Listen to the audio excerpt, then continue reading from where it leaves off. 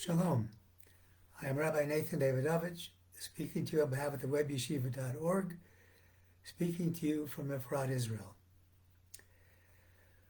We are about to go into the most awesome day of the year, Yom Kippur. Yom Kippur, which is the day that the fate of not only the Jewish people, but the entire world is sealed for the next year.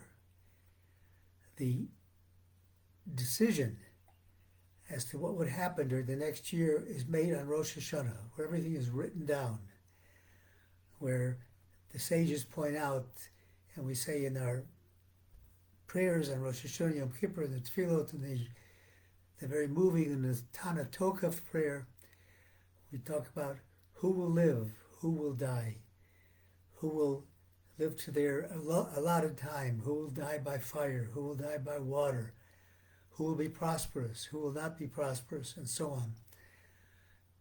The entire world, as I said, is being judged. In this prayer, a recipe is found that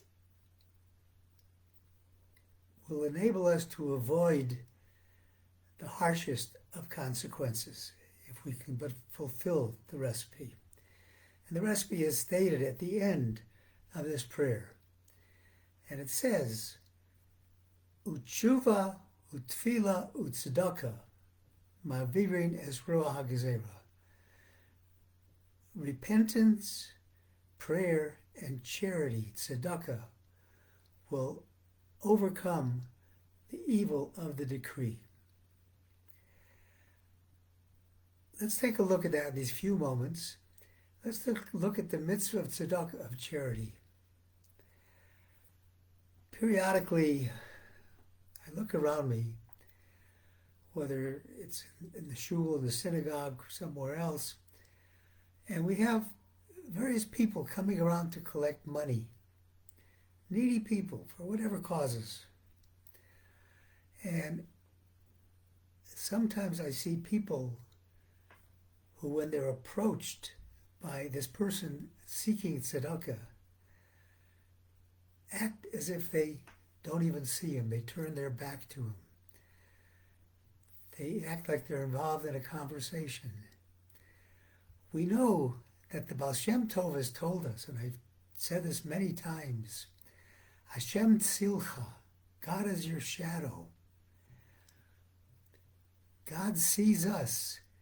And the shadow that we do portray, the merits, the actions that we portray on this world, God mimics. So if we are kind to people, God will be kind to us. Unfortunately, God forbid, if we turn away from doing a mitzvah and from a needy person, how do we know that God isn't going to similarly turn away from us? It upsets me so much to see that.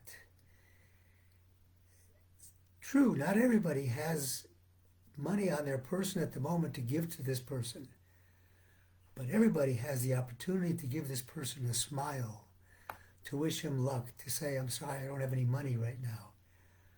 A smile makes such a difference.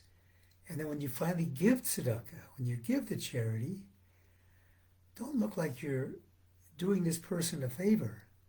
Thank him or her, because God has given you the opportunity to perform this great mitzvah without having to go out of your way. Great, great mitzvah.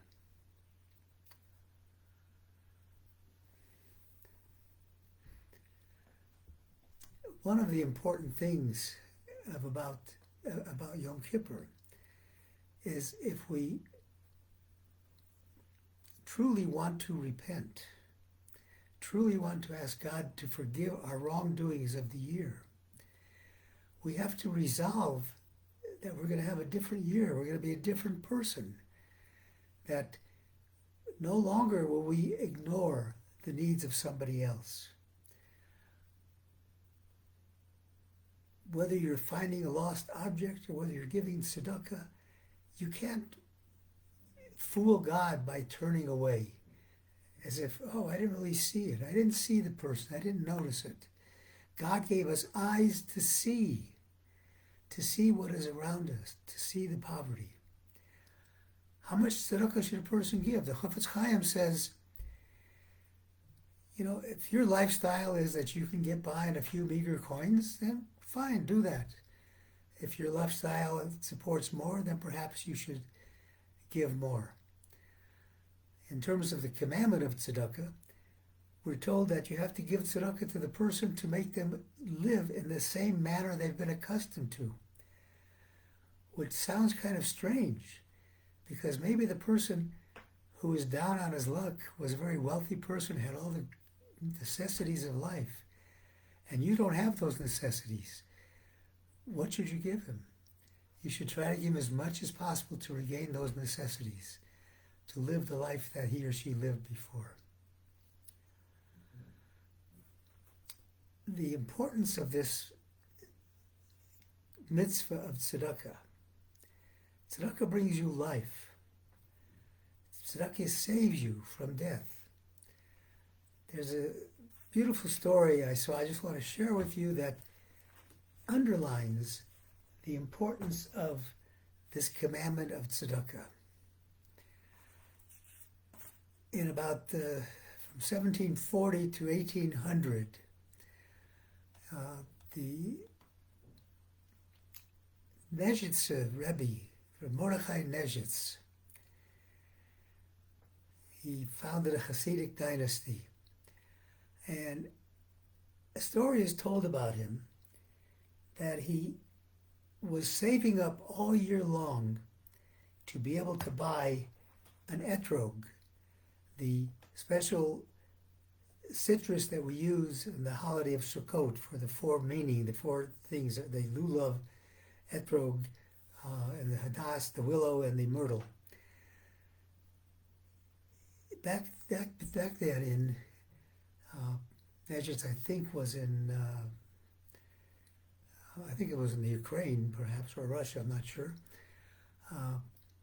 It was very hard to come by an etrog. Here today, especially in Israel, you go to the market, you go to the shuk, you can find all kinds of different sizes and qualities of etrogim. You have your choice.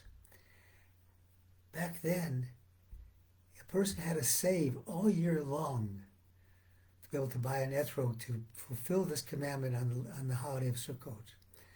So the story is told that Mordechai of Nezhitz saved his pennies, his little coins, all year long to be able to get enough money to go into the big city and to buy an etrog, a rare commodity.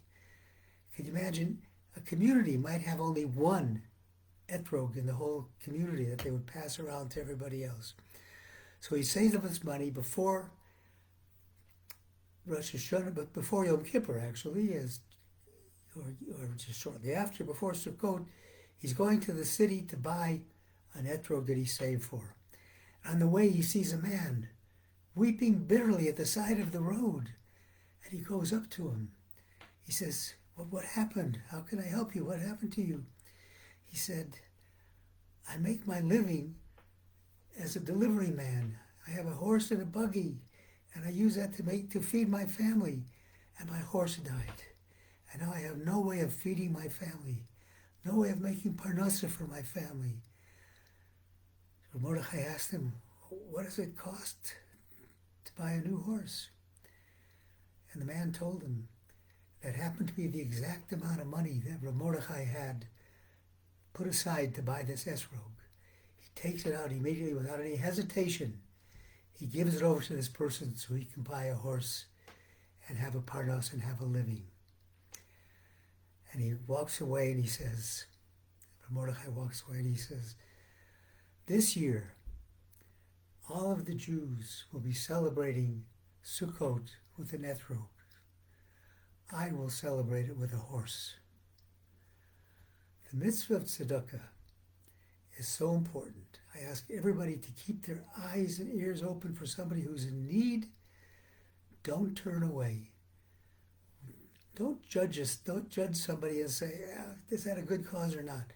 My father, of blessed memory, used to say, if any Jew asks you for tzedakah, you give the tzedakah, period. I wish everybody Gemar Chatima Tova, a wonderful sealing of a new year, a happy new year for all of Israel and all of the world. May we see a year of peace, a year in which we pay attention to each other. Thank you for listening. We have the Rabbi Yeshiva. Shabbat Shalom.